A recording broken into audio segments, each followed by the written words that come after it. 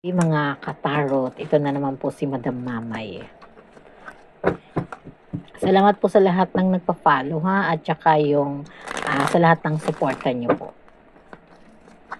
Sa mga gustong magpa-private reading ha, pwede po kayong dun dyan sa description box, no? At saka sa mga interesadong magpa-reading ng live, no? Meron tayong regular po tayo sa TikTok, no? Alauna hanggang alas 12 po ng gabi. Salamat po sa lahat, no? Ito ba yung nasasagap natin tong energy na to, ha? Tama ba ang desisyon na gagawin mo? Oh, tama ba? Ikaw ba yung may energy na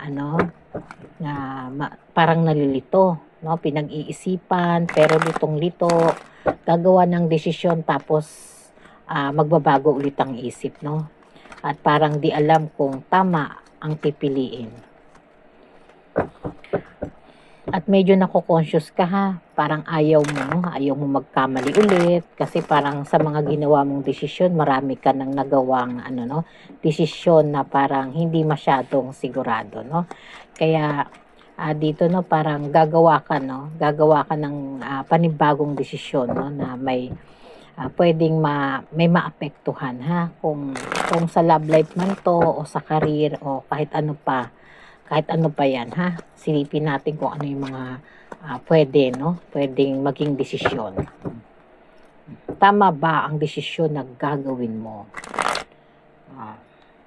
Ay yung iba ha, baka yung iba nasasagap natin parang yung makikipaghiwalay, no? May mga tao rito na parang makikipaghiwalay sa mga partner o sa mga boyfriend, no?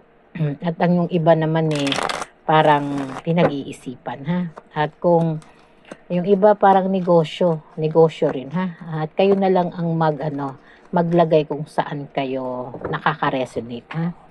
Okay po, ito na po yung ating card.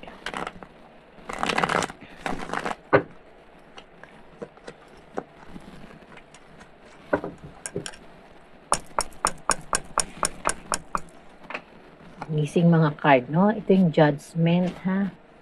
Judgment at saka Wheel of Fortune.